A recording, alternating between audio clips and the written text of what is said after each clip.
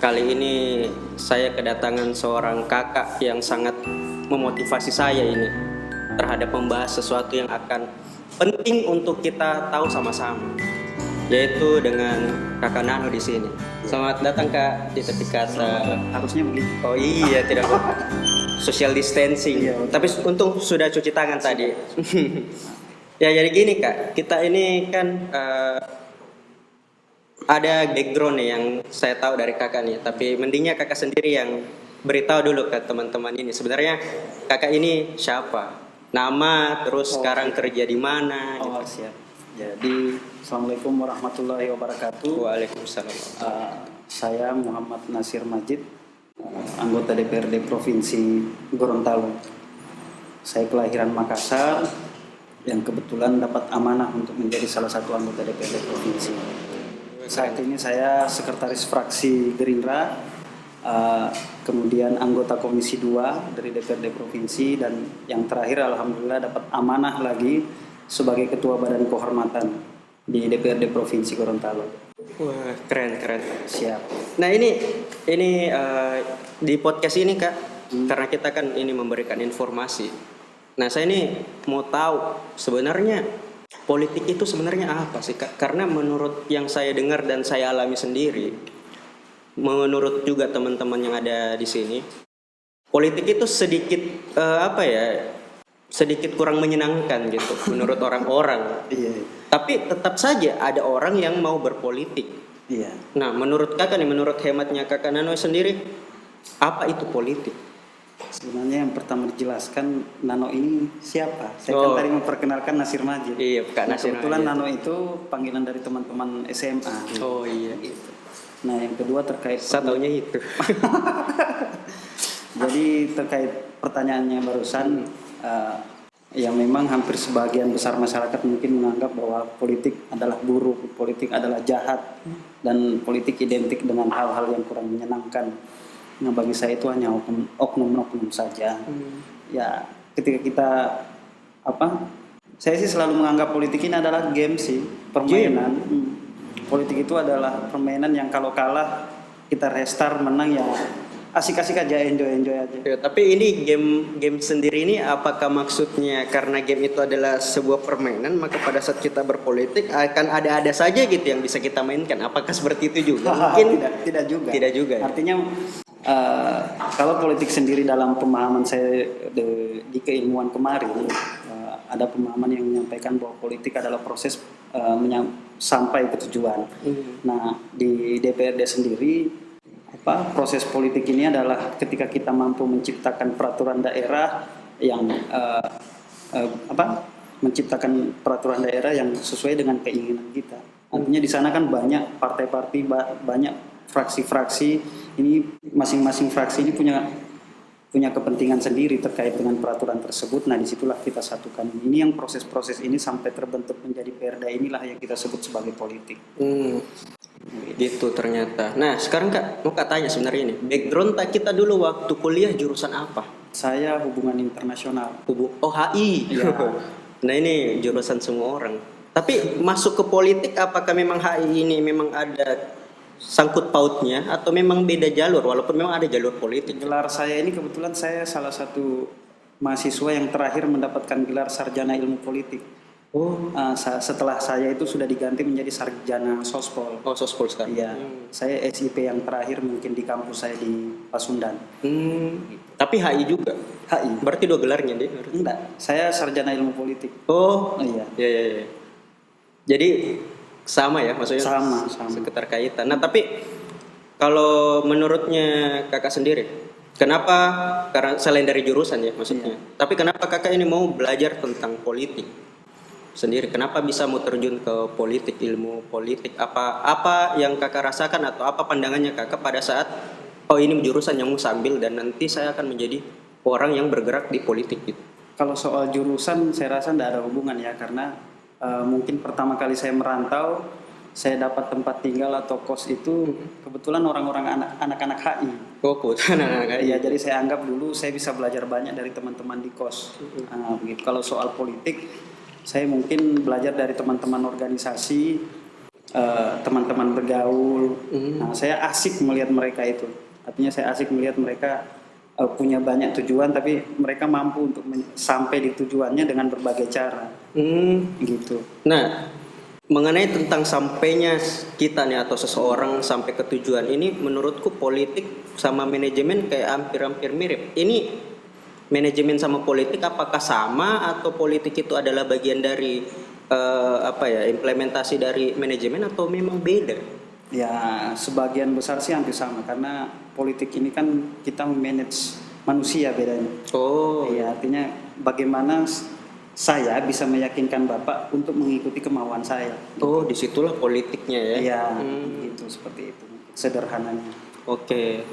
Nah, karena saya juga ya apa ya Boleh kurang minum, Gus. boleh boleh boleh. Memang bebas kamu Iya, minum, iya, mau merokok terus, boleh. terus. Nah, karena saya orangnya mungkin cukup awam ya soal politik sendiri. Karena seperti yang kakak bilang tadi, ternyata politik itu seperti game gitu. Seperti ya artinya kalau menurut kakak sendiri, apakah politik itu memang semenarik apa sebenarnya sih politik bagi kakak atau pengalaman pribadi kakak setelah mempelajari politik ini? Apa saja yang kakak dapat gitu dari segi mungkin keilmuannya atau pengalaman mungkin? Saya rasa asik ya berpolitik. Eh, Ketika misalnya kita analogikan kita mau PDKT dengan cewek, Nah, ya kan? ini dekatnya. Ada berbagai cara metode untuk PDKT. Nah, ketika itu tercapai kan kita senang, kita bahagia. Jadi Seperti itu. politik ini sebenarnya hampir sama manajemen juga, seni juga berarti ya. Iya, seni untuk mencapai tujuan. Seni mencapai tujuan. Hanya mungkin politik ini adalah bagaimana kitanya ke orang itu memiliki memiliki akhirnya mengarahkan mereka untuk punya satu tujuan ya. Iya, sesuai yang kita mau. Sesuai yang kita mau. Ya, ya, ya. Nah, berbicara tentang politik nih Kak, pasti tidak akan jauh dari orang-orang yang ada di situ. Iya. Dan tentu orang-orang yang bergerak di politik otomatis apakah ini pertanyaannya, apakah memang semua orang yang ada di politik akan jadi seorang pemimpin atau ya setiap orang pasti bakalan jadi pemimpin sih gitu. Tapi apakah memang untuk menjadi seorang pemimpin memang harus berpolitik atau tidak gitu? Saya rasa dari kita kecil kita sudah berpolitik sih sebenarnya. Seperti Artinya ketika Tanpa kita sadar, ya? tanpa sadar kita melakukan proses politik. Di SD kita menginginkan ranking 1 misalnya, kita berpolitik. Politiknya apa? Saya belajar, saya menyontek misalnya. Iya, saya cari informasi di mana-mana, itu kan proses. Oh, jadi itu Dan proses saya anggap politik. proses-proses itu adalah proses politik. Jadi sebenarnya tanpa sadar kita sebenarnya sudah berpolitik ya, Iya. cuman kita tidak sadar. Nah, jadi tadi mengenai pemimpin nih Kak, ini kan banyak ya contoh-contoh pemimpin yang kita sering dapat gitu. Mereka punya gaya masing-masing, cara pandang politik beda-beda. Tapi menurut kakak nih, yang betul-betul circle-nya sudah orang-orang yang orang-orang yang sudah ahli lah atau sudah banyak pengalaman di bidang politik. Kira-kira kakak menurut kakak tentang pemimpin yang merakyat itu kayak bagaimana sebenarnya? Apakah merakyat itu harus dekat dengan masyarakat atau memang sebelum naik kita harus bergaul sama masyarakat dari segala arah? Atau bagaimana itu sebenarnya merakyat? Karena banyak ya slogan-slogan merakyat, tapi sebenarnya esensi merakyat itu sebenarnya apa? Ya mungkin kedekatan dengan masyarakat juga boleh untuk kita sebut sebagai pemimpin yang merakyat. Tapi bagi saya saat ini sebagai anggota DPRD, saya menganggap bahwa pemimpin yang merakyat itu adalah pemimpin yang kebijakannya itu mampu menyentuh seluruh masyarakat. Bahkan sampai di pelosok mereka memberikan dampak dari kebijakan yang diputuskan. Seperti itu. Jadi bukan hanya yang tiap hari bersama rakyat, bukan yang tiap hari datang memberikan uang ke rakyat, bukan seperti itu. Atau yang turun di got juga bukan. Nah, karena banyak dari pembahasan kita yang awal ya Kak, karena politik itu sebenarnya politik itu ilmu. Jadi kalau disiplin ilmu ya tidak boleh disalahkan ya. Pasti oknumnya gitu. Entah juga ada orang sastra kali atau matematika yang menyalahgunakan pengetahuan mereka tentang angka misalnya kan. Apalagi saya ini anak akuntansi ya. Iya. Itu oknum. Iya. Tapi kalau menurut kakak sendiri, memang politik itu ada ndak politik yang menurut kakak sehat gitu? Bagaimana sih sebenarnya implementasi politik yang sehat atau memang tidak ada aja sebenarnya sehat dan tidak sehatnya? Misalnya saya sebagai anggota DPRD sedang buat perda ya. Perdanya ini untuk rakyat, untuk kemaslahatan bersama. Saya rasa itu politik yang sehat. Saya meminta Bapak untuk ayolah setujuilah ini, tujuannya ini besar kok. Ini untuk kemaslahatan bersama. Tujuannya untuk kemaslahatan bersama. Oh, itu dia bedanya ya Kak. Dibandingkan dari paham-paham ilmu yang lain, artinya politik itu tujuannya ya untuk kemaslahatan bersama. Iya. Ya. Jadi seperti itu ternyata politik ya. Nah, dari informasi yang saya dapat nih tentang, jadi saya panggil siapa nih? Kak saja. Kak Nano boleh, Kak Nano. Nasir boleh. Oh, Kak Nasir. Kak Nano saja ya. Kalau Kak Nano sendiri, yang ingin saya tanyakan ya, kan ini backgroundnya Kak Nano sebagai orang yang ibaratnya pemuda nih, anak muda yang akhirnya duduk di bangku DPRD provinsi. Iya. Sebenarnya tugasnya Kak Nano sendiri, kenapa pada saat muda-muda ini malah terjun ke politik? Kenapa tidak kayak mengejar yang lain gitu? Kayak misalnya anak-anak muda mungkin bisnis atau kerja gitu biar lebih mapan gitu. Tapi kenapa kakak lebih ke Saya politik? rasa semuanya sehat. Artinya ente mau kerja apapun boleh. Cuman saya secara pribadi berharap sih orang-orang muda ke depan banyak yang turut andil di politik. Kenapa? Karena kita sebagai generasi penerus kita harus disiapkan. Kalau hari ini kita tidak disiapkan, siapa yang ke depan mengurus bangsa ini, kota ini misalnya, seperti itu. Karena banyak keputusan-keputusan politik yang harusnya kita lahirkan yang berpihak kepada generasi penerus atau pemuda itu sendiri. Nah ini kenapa nih Kak mengenai pernyataannya Kakak, atau kenapa muda itu sesuatu yang besar gitu? Walaupun ya kita pernah sering dengar ya, katanya Soekarno, berikan aku 10 pemuda maka kuguncangkan dunia. Muda itu dahsyat. Dahsyat karena kita punya kekuatan yang unlimited lah. Kita punya energi yang besar. Begitu kita punya ide, kita punya gagasan. Ya harapannya ke depan karena kuota kita sekarang hampir 40% kalau nggak salah orang muda di Indonesia ini ya harus disiapkan. Tapi memang karena menurut kakak sendiri, dari sudut pandangnya kakak sendiri, apakah memang generasi muda di bagian politik itu kurang? Sangat kurang. Kami saja di DPRD provinsi mungkin kurang lebih 5 orang yang muda. 6 lah ya. Kurang ya, berarti kurang. Berarti buat teman-teman juga kalau misalnya muda, ya seharusnya paham tentang politik demi memajukan bangsa ini. Satu lagi, kalau banyak persepsi yang menyampaikan bahwa politik ini jelek, politik ini nggak baik, ya ente harus datang, ambil andil, perbaiki ini politik. Nah itu dia. Ya saya juga baru tahu tentang politik itu ternyata cukup menarik. Semenarik saya memahami manajemen. Gitu, jangan kan? tegang-tegang mas. Iya, jangan tegang-tegang. Politik ini game. Kalau kalah ya kita restart lagi. Iya. Kalau menang ya alhamdulillah. Alhamdulillah. Nah, mengenai tentang ini sendiri, kembali lagi ke tentang garis besar kita tentang politik dan muda, gitu. Pemuda terus di bagian politik. Apakah karena pemuda itu mungkin punya tenaga yang mungkin ya, kalau mungkin kita orang dewasa mungkin ya, kalau melakukan sesuatu atau mengambil keputusan sesuatu masih memikirkan dampak, sebab akibat dan lain-lain. Sedangkan pemuda kayak maju aja terus, ini benar, maju kayak gitu. Apakah seperti itu memang tekad pemuda? Sebenarnya hampir setiap keputusan perlu ada pertimbangan yang matang. Nah, oleh karena itu, yang misalnya hanya saya sendiri orang muda di DPRD tidak mungkin dong saya bisa, artinya satu kepala saya untuk memikirkan 100.000 orang misalnya. Nah, andil dari pemuda yang banyak ini bisa kita kolaborasikan bersama. Gitu, artinya dari masing-masing kepala, oh iya, ini orang muda di wilayah A misalnya butuh ini untuk pengembangan dirinya, wilayah B butuh ini, gitu. Nah Kak, kembali mengenai tentang politik dan pemuda. Nah ini kenapa pemuda nih menjadi sorotan? Apakah memang sebenarnya ya kalau dilihat dari realitas di lapangan, apakah memang pemerintah sudah punya program untuk memberdayakan pemuda, atau memang tidak kelihatan, atau memang sama sekali kurang? Ya menurut saya sampai hari ini kurang sih. Nah untuk itu dengan kuota 40% pemuda misalnya di seluruh Indonesia atau di satu daerah, masing-masing program dari organisasi perangkat daerah atau dinas-dinas itu harus memberikan kuota 40% terhadap pemuda. Nah ini sebagai bahan untuk pemberdayaan terhadap pemuda, pengembangan diri, minat dan bakatnya apa.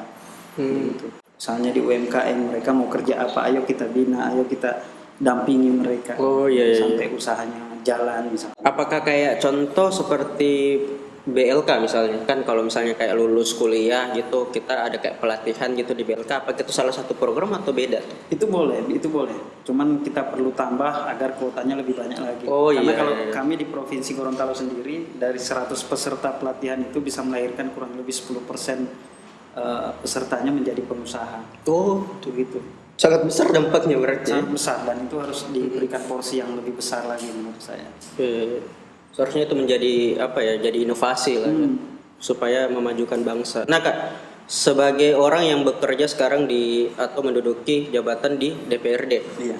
dan pemuda, sebenarnya kerjanya kalau kita sebagai pemuda tuh apa, atau arahnya tuh kita sebagai pemuda arahnya kemana? Itu kalau misalnya kita sendiri tuh Iya, kalau- sebagai apa ya? Sebagai orang yang duduk di DPRD gitu. Kalau DPRD ini kan punya 3 fungsi dasar, yakni legislasi, budgeting, dan pengawasan. Nah, selain daripada itu, ya kami mengawasi kinerja-kinerja pemerintah, program-program yang dijalankan pemerintah. Kami mengawasi hal tersebut. Apakah program yang dijalankan oleh pemerintah ini efektif? Nah, dampaknya apa nih? Jangka panjang kah, jangka pendek kah? Manfaatnya ada enggak? Jadi peran kita sebagai pemuda sebenarnya sangat menentukan ya. Iya. Tapi sangat. karena kurang makanya ya kayak gini lah mungkin ya. Iya. Harusnya Makanya- memang lebih banyak lagi. Karena mungkin karena pemuda kali Kak, lebih dekat sama masyarakat kali ya, atau mungkin pemikirannya mereka sampai kali atau Ya, gimana. artinya kalau ente mau menyampaikan bahwa politik itu jelek, ya udah datang dong perbaiki. Ayo kita sama-sama perbaiki. Nah itu dia pesannya. Nah ini pertanyaan yang terakhir mungkin Kak. Iya, siap. Kakak lahir di mana? Makassar. Di Makassar. Siap. Tapi jadi anggota DPRD di Gorontalo. Tuh gimana maksudnya? Apakah ada bagaimana ya? Apa itu memungkinkan, atau apakah saya misalnya orang Makassar tiba-tiba bisa jadi DPRD di Bali mungkin? Boleh. Kenapa tidak? Itu bagaimana maksudnya tuh bisa? Kalau saya seperti kan itu? karena kebetulan istri orang sana. Istri orang Jadi sana. 2017 saya menikah dengan perempuan berdarah Gorontalo. Ya, karena kemudian saya pun saat di Sulsel ini menjadi salah satu pengurus partai. Di tahun 2018 juga ikut menyaksikan proses pilkada. Ya, mungkin saya lihat ada peluang. Atau memang terpilih berdasarkan domisili kali? Atau gitu ya? Atau tidak mesti harus orang sana? Enggak juga. Enggak juga. Enggak juga. Oh gitu. Berarti banyak hal yang harus dipelajari ternyata ya kalau menjadi politik, tidak segampang itu. Makanya memang Dan gitu. Gorontalo ini asik. Kenapa? Karena dia tidak melihat saya dari mana. Ya, saya tidak tahu sih kenapa sih saya dipilih. Oh jadi orang Gorontalo orangnya gokil, Terbuka. friendly family. Jadi kalau mau dapat cewek orang Gorontalo cari. Ya. Nah pesan kesan terakhir ya Kak tentang politik untuk anak-anak muda di sana yang nonton ya, supaya paradigmanya terhadap politik. Ya saya sih akhirnya terbuka juga, ternyata politik itu buruk bukan karena politiknya jelek, tapi karena oknum. Iya. Tidak boleh disapu rata ternyata ya, harus open minded. Nah Kak pesan-pesannya untuk berpolitik misalnya, atau mengajak orang-orang untuk lebih open minded, mencari tahu tentang apa itu politik, Pak. Saya sih punya prinsip secara pribadi. Setiap pilihan itu memiliki konsekuensi. Apapun, kan? Bahkan pilihan terbaik pun itu selalu ada konsekuensi. Jadi untuk pemuda jangan takut untuk mencoba, jangan takut untuk gagal. Seperti yang saya sampaikan tadi bahwa politik adalah game. Kalau lu kalah restart lagi, kan bisa main lagi, dimulai lagi. Iya. Saya ada pertanyaan sih sebelum menutup. Ini kalah, tentang kalah nih. Iya. Tentang kalah. Ada apa kalahnya maksudnya di politik? Kenapa ada menang dan kalah? Ya maksudnya kalau ente ikut kontestasi ya Oh, tentu iya. ada menang ada kalah. Ente main game ada menang ada kalah. Oh gitu. Arahnya ke situ ternyata. Iya. Jangan stres, maju terus. Terima kasih Kak atas Siap. waktunya. Moga-moga ini bisa jadi bisa menjadi basic atau dasar buat teman-teman untuk paham ternyata politik itu dari sudut pandang orangnya langsung tuh ternyata seperti apa. Oke. Nah jangan lupa sering-sering baca buku biar tahu apa itu politik gitu. Biar kalian juga bisa mengubah arah paradigma orang-orang tentang politik. Ya, Bukan hanya baca buku, bukan hanya baca buku, rajin-rajin silaturahim. rajin-rajin silaturahmi. Biar banyak teman, biar banyak orang-orang baru yang kita kenal, karena sejatinya setiap hari kita harus mengenal orang baru sih. Iya, benar. Saya targetnya 1-2 orang harus mengenal setiap hari orang baru. Orang baru. Dan hari ini saya mengenal orang baru 1 orang Oh, iya. lagi. Terima kasih sudah mengenal saya. Oke, last buat teman-teman kalau misalnya lagi boring, lagi nggak tahu mau nongkrong di mana, karena kita ketemu di Institut Kopi yang paling enak nih sponsornya. Mantap. Jangan lupa jalan di Manureke untuk datang di Institut Kopi. Di situ kalau mau belajar banyak orang di sana. Belajar dah. Siap. Ya, terima kasih Kak. Oke. Terima kasih atas waktunya dan sampai ketemu lagi di podcast selanjutnya di Tepi Kata.